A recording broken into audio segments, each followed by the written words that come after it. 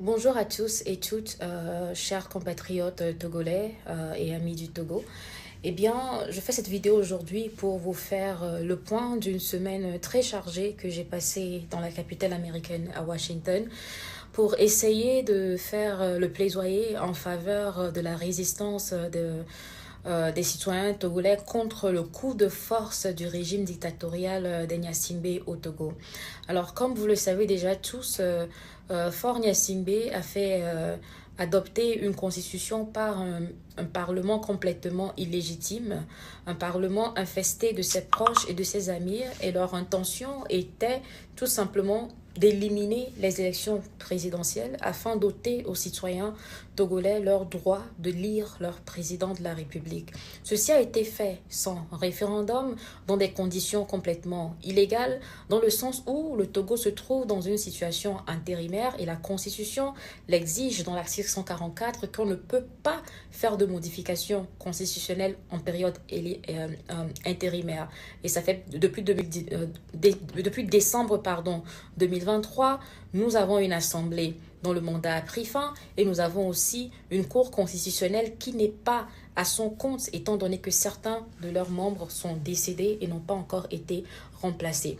Alors nous avons appris sur le site du Foreign Agent Registration Act du gouvernement américain FARA.gov que l'État togolais a embauché une firme de lobby qui est dirigée par l'ancien directeur de communication de l'équipe du Parti des Républicains GOP, appelé Francis Trevor, pour que ceux-ci puissent faire un reputation control, si on peut le dire ici, vis-à-vis de leur coup de force qu'ils ont opéré au Togo, afin que l'État américain ne suspende pas les aides vis-à-vis du Togo, surtout vis-à-vis de l'armée togolaise, après ce coup de force qu'il vient d'effectuer. Alors, nous nous sommes déplacés en délégation à Washington, D.C. Et j'étais à la tête de cette délégation pour rencontrer des acteurs politiques américains et nous avons eu une intention de rencontrer 4 différents groupes d'acteurs politiques. D'abord, nous avons rencontré le gouvernement exécutif, plus principalement le département d'État, pour ne pas dire le ministère des Affaires étrangères dans le jargon des francophones. Nous avons rencontré également le pouvoir législatif, à savoir des bureaux clés de la Chambre des représentants et du Sénat. Nous avons rencontré les organes de la société civile américaine qui travaillent sur les questions de démocratie, d'état de droit.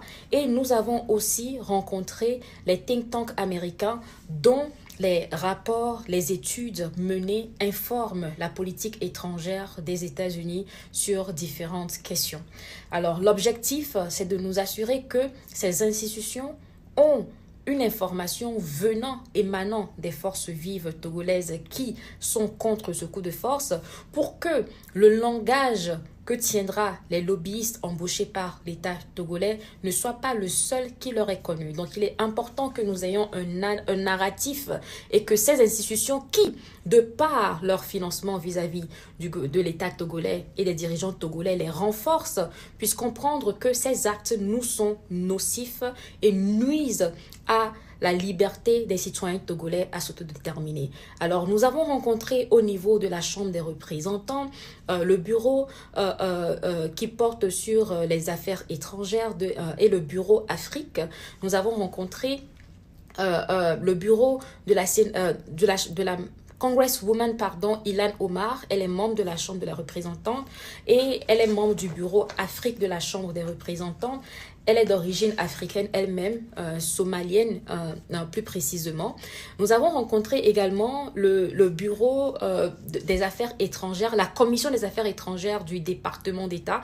Excusez-moi parce que j'essaie de traduire de l'anglais au français. Nous avons rencontré le bureau de la commission des affaires étrangères la commission des affaires étrangères, de la Chambre du Sénat américain. Donc, la commission des affaires étrangères de la Chambre des représentants et la Commission des affaires étrangères du Sénat américain. Nous avons aussi rencontré le bureau du sénateur Dick Durbin qui fait aussi partie de la Commission des affaires étrangères et qui est le Majority Whip du Sénat. Le leader, pour ne pas dire le deuxième leader du parti au pouvoir des démocrates. Donc, pour le pouvoir législatif, ces rencontres ont été très fructueuses. L'objectif, c'est de nous assurer que les recommandations que nous avons faites au pouvoir exécutif, plus précisément les différents bureaux du département de l'État, puissent être exécutées. Et étant donné que les États-Unis ont une balance de pouvoir, il est possible que les sénateurs et les membres du Congrès puissent exercer un pouvoir sur le Sénat, le State Department, le département d'État américain.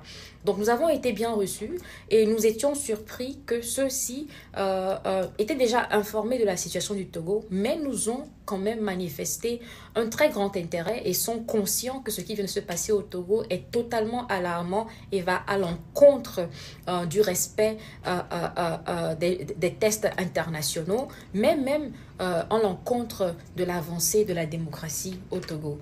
Au niveau du pouvoir exécutif, nous avons rencontré le département d'État, plus précisément le bureau de Human Rights, Democracy and Labor, appelé DRL. Nous avons rencontré également ceux de Global Fragility Act, qui est un bureau du département d'État.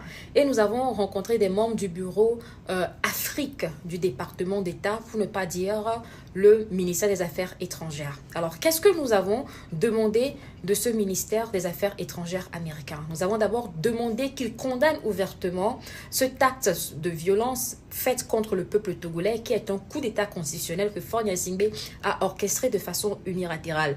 Nous avons également demandé qu'il demande que Faure Gnassingbé abandonne complètement son projet de constitution, de changement de constitution, et exiger qu'il y ait une approche inclusive, transparente, pour que s'il doit y avoir changement de constitution au Togo, ça émane des forces vives de la nation et que ça soit soumis à un référendum.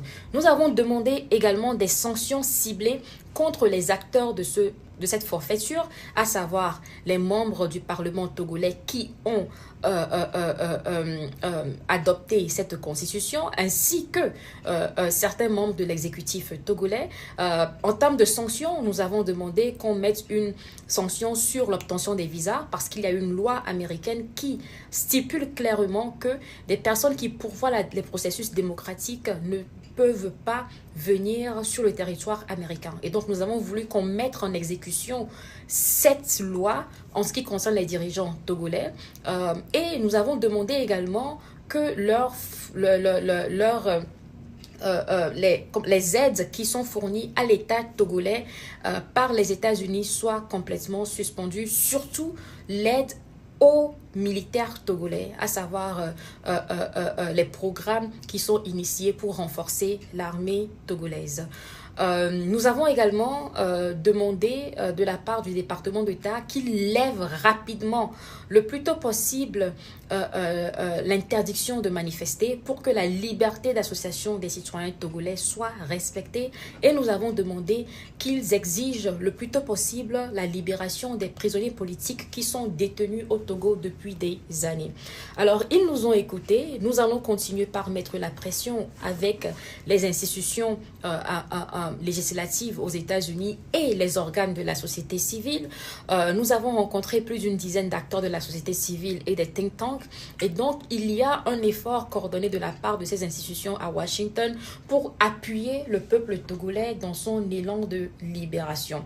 Alors, il est important pour nous de comprendre que ce régime met énormément de moyens pour s'assurer qu'il a plus ou moins le soutien et l'accompagnement des puissances étrangères pour se maintenir au pouvoir. Nous devons donc également pouvoir toquer à ses portes pour nous assurer que nous lui coupons l'herbe sous les pieds afin que ces ressources financières et militaires qu'ils obtiennent ne soient pas utilisées contre notre résistance qui vise à instaurer un État libre et souverain.